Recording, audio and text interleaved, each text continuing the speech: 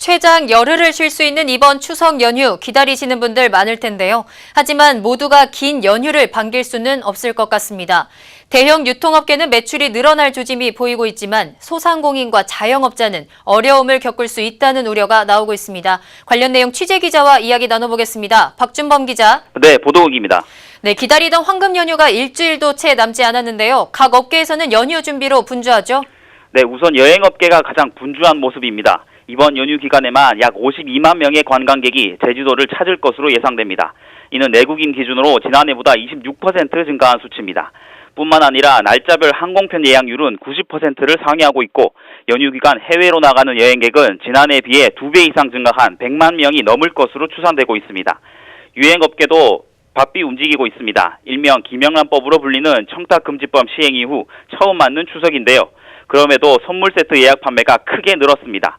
최근 추석 예약 판매율을 집계한 결과 이마트와 롯데마트는 지난해와 비교해 각각 224%, 180% 증가한 것으로 나타났습니다. 네, 그렇군요. 여행업계와 유통업계 달리 재래시장과 자영업자 등에서는 긴 연휴가 그리 달갑지 않은 상황이라고요. 네, 그렇습니다. 여행업계와 달리 재래시장과 자영업자는 추석 대목임에도 망연자실한 표정이 역력합니다. 재래시장 관계자는 휴일이 길어지면서 매출이 지난 추석보다 30%가량 줄 것 같다고 예측했습니다. 길어진 연휴 기간으로 해외여행객이 늘어 국내 소비가 제한적일 것이라는 우려가 반영된 것으로 보입니다. 연휴가 걱정인 건 자영업자도 마찬가지입니다. 긴 연휴에 도심을 떠나는 사람이 늘고 한 달에 3분의 1가량은 사실상 장사하기 힘든 상황이라 매출 급감을 걱정하고 있는 상황입니다. 특히 임대 자영업자의 경우 임대료는 그대로 내야 하기 때문에 한 달 수익이 반토막날 처지에 놓인 겁니다. 근로자들 역시 연휴에도 쉬지 못하고 일을 하는 것으로 나타났습니다. 한국노총 조합원 대상으로 한 설문조사 결과 근로자 4명 가운데 1명은 휴일에 일을 하는 것으로 집계됐습니다. 추석 연휴에 열흘 모두 쉰다는 응답자는 60%에 그쳤습니다.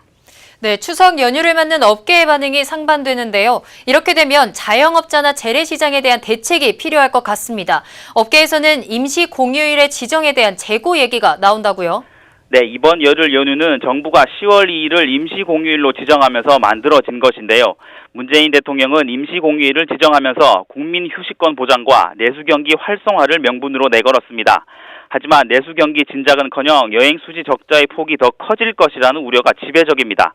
해외 여행 수요가 늘어나 내수에 부정적으로 작용할 전망입니다. 또 소득 양극화 구조상 여유 있는 사람들은 해외로 빠져나가고 생활이 어려운 이들은 국내에 머무는 상대적 박탈감만 키우는 상황이 빚어질 수 있다는 지적도 나옵니다. 지금까지 보도국에서 아시아경제TV 박준범입니다.